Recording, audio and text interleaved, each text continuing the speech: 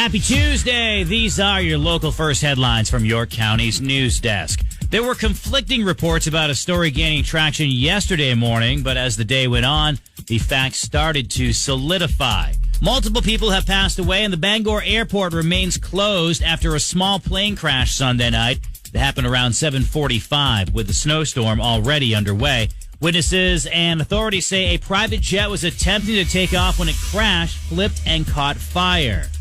After initially saying 8 people were believed to be on board, with 7 people killed, the FAA is now agreeing with local first responders and airport officials who say 6 people were on board and all of them died. Weather conditions, mechanical failure, and pilot error will be factors they will look at as they try to determine the cause of the crash. The airport will remain closed until at least midday today. This week, well, we've dealt with a lot of snow and a lot of ice, but last week it was ice of a different sort dominating the headlines. And when all was said and done, more than 200 people were arrested by U.S. Immigration and Customs Enforcement in Maine since the federal enforcement activity ramped up last week. This is according to an update from the Department of Homeland Security.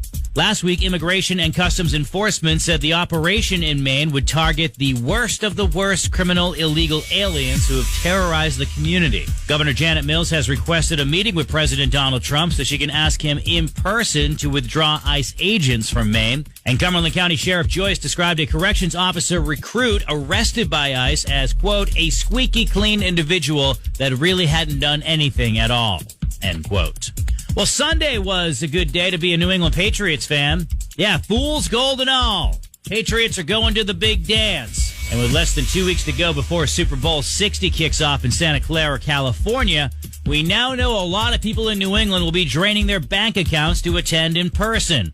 But how much is a ticket to the Super Bowl going to cost? On SeatGeek, using their best seats filter, a seat in section C116 of Levi Stadium will cost you $34,000. StubHub has field box seats like SeatGeek has listed, but at a lower price.